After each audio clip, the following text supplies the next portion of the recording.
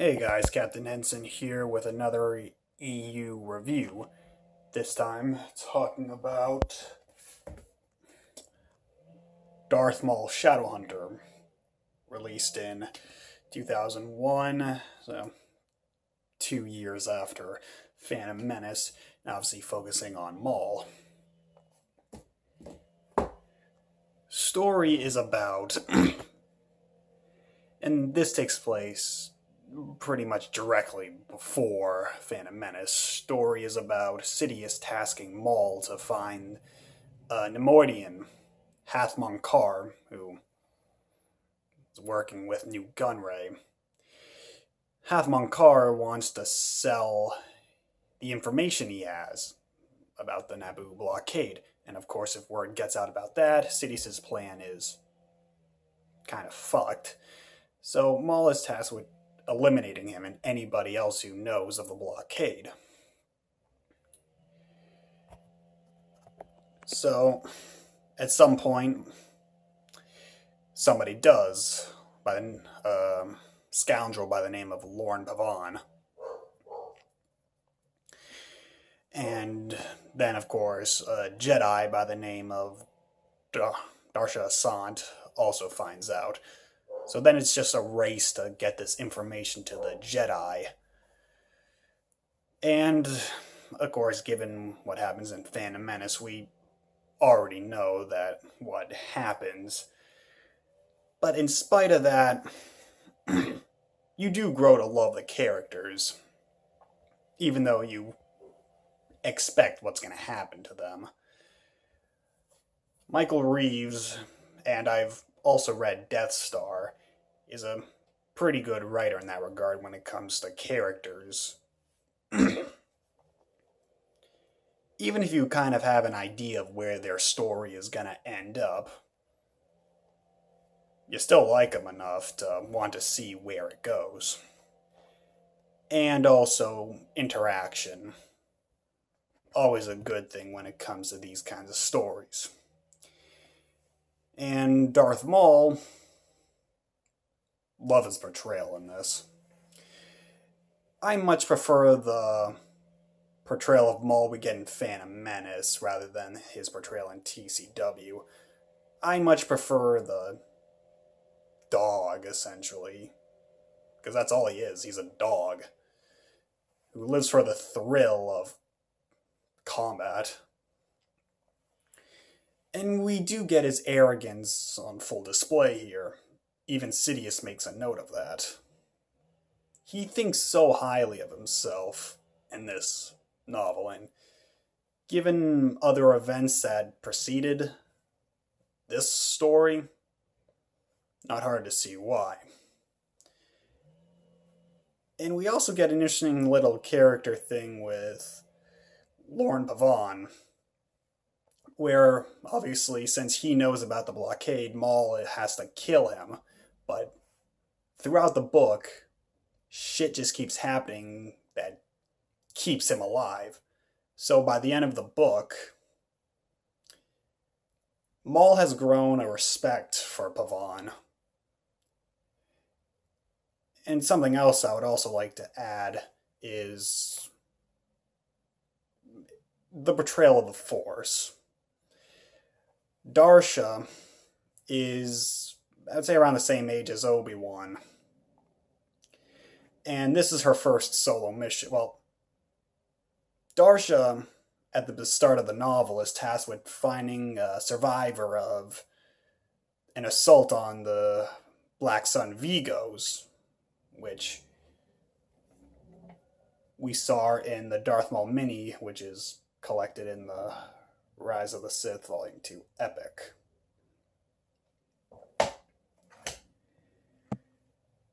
And of course, due to circumstances, she ends up meeting up with Lord Pavan and his droid sidekick, and have to try and get to the Jedi Temple. So anyways, back to the Force thing. Darsha's throughout the novel, is trying to figure out what the Jedi Code means. There is no emotion, there is peace. That thing. And she does figure it out. And by the end of the novel, her arc is at an end. She fully understands what it means to be a Jedi, what it means to be balanced. And through her, Lord Pavan also goes through an arc where by the end of his story, he's accepted who he is and his fate. He's at peace. Now, Lord Pavan is really interesting. He worked at the Jedi Temple. His wife left him and they had a son. And when his son was 2 years old, the Jedi discovered that he was Force sensitive. The son's name is Jax, by the way. And so they kicked out Lorne. Obviously, conflict of interest, can't have a family member near you while you're training. And so he's royally pissed off at the Jedi. Rightfully so. And so one of his arcs is learning to let go of his hatred. And through Darsha, he's able to do that. He does grow a connection with her, not in a sexual relationship, but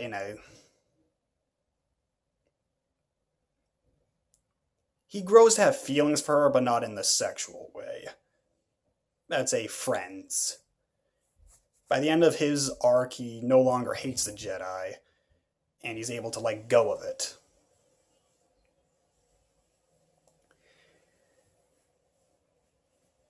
And of course, we do have the tragedy aspect. We know what's going to happen to all these characters, given what we get in Phantom Menace. But like I said, with how well written it is, we don't really care. And we don't want them to... We don't want this... Even though we know how the story's going to end, we don't want it to happen. And that's the sign of a good prequel, where even though you know what's going to happen, there are still stakes. You don't want the outcome to happen. And of course, that's the tragedy of it all. And also, in the paperback version, comes with the short story, Saboteur, by James Luceno. So, obviously it's going to be good, and it's focuses more on the political intrigue,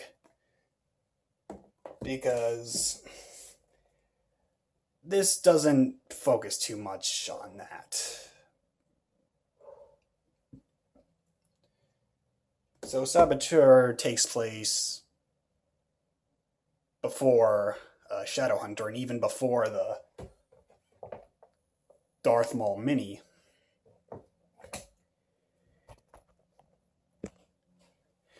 And it's pretty much just a way to show how, through Sidious and Maul, Nute Gunray was able to gain more power within the Trade Federation, and putting him more in the grip of Sidious.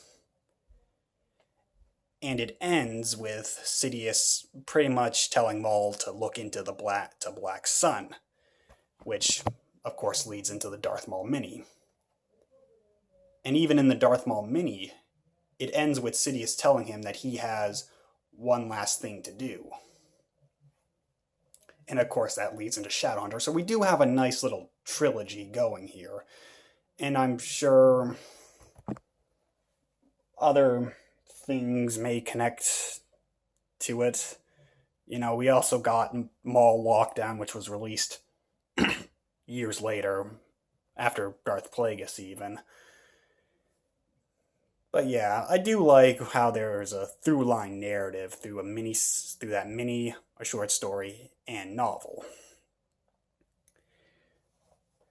And something else I would also like to add is Lorne Pavan's son, Jax, goes on to star in the Coruscant Nights trilogy. Also written by Michael Reeves, and I think co-written by Steve Perry, but I'm not positive. And also something else I'd like to add is Death Star, also written by Michael Reeves and co-written by Steve Perry, has a character in here. Just let me...